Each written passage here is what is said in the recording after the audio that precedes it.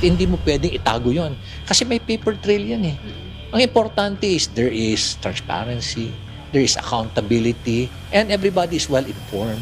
Even the city council is regularly informed about it. Ang sinabi lang namin sa COA, for the meantime na kinorek nyo kami, pwede bang hintayin lang natin na mag-mature kasi sayang naman. Ang importante kasi is financially stable ka.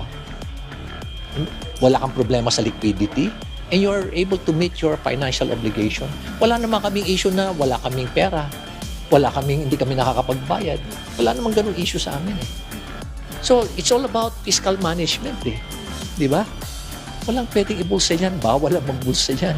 At hindi mo makakasuhan ka dyan kasi may paper trail yan eh.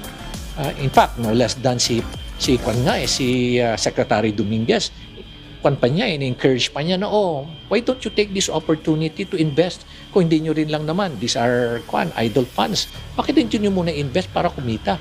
In fact, noong 2018 to 2023, alam mo, kinita natin, 332 million pesos na clearly declared.